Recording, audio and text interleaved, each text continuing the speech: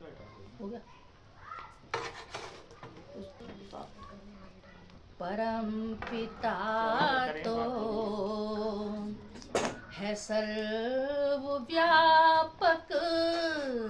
परम पिता तो है सर्वव्यापक, उसी की महिमा जग गा रहा है। परम पिता तो है सर्वव्यापक, उसी की महिमा जग गा रहा है। ईश्वर के अद्भुत प्रकाश से सारा जहां जग मगा रहा है। परम पिता तो है सर्वव्यापक, वह परमात्मा सारी संसार के कण कण में व्याप्त है और सारा संसार उसी का गुणगान कर रहा है।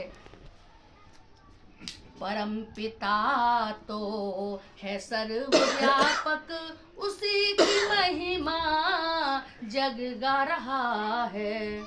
हम सबका है उपास्य ईश्वर, रक्षक है जग का जगदीश्वर। सारे संसार की रक्षा करने वाला वही है।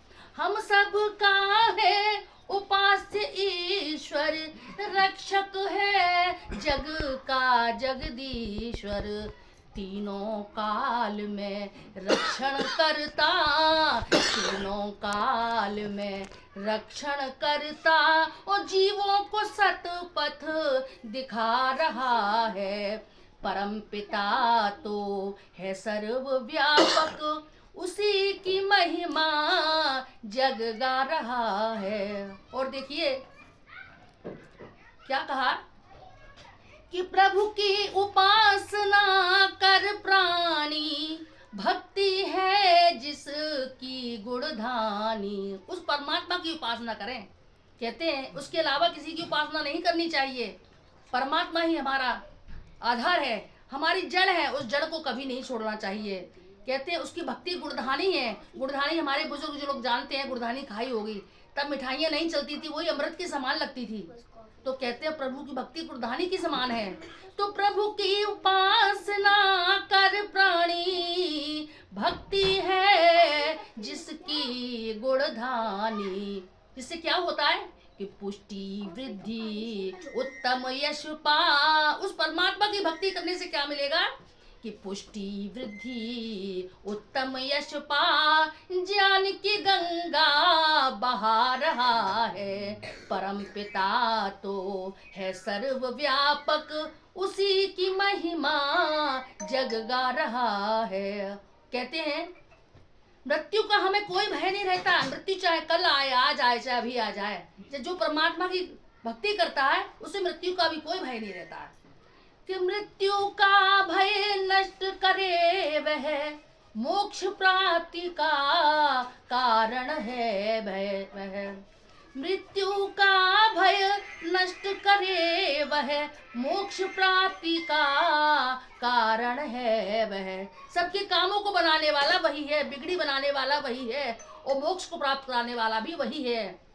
मृत्यु का कोई भय नहीं रहता। तो कह मृत्यु का भय नष्ट करे वह, मोक्ष प्राप्ति का कारण है वह। मुझ में तुझ में हर प्राणी में, मुझ में तुझ में हर प्राणी में, कण कण में वह समा रहा है। परम पिता तो है सर्वव्यापक, उसी की महिमा जग गा रहा है। और देखिए अंत में क्या कहा, हे प्रभु, उस परमात्मा से प्रार्थना कर रहे हैं इस मंत्र के माध्यम से कि हे प्रभु, जैसे खरबूजा फल पक कर मीठा होवे लता से गिर कर। हे परमात्मा, जिस प्रकार से खरबूजा फल पककर स्वयं ही लता से टूटकर अलग हो जाता है और स्वादिष्ट हो जाता है, ठीक उसी प्रकार से हम भी अपनी पूर्ण आयु को भोग कर ही मृत्यु को प्राप्त हों।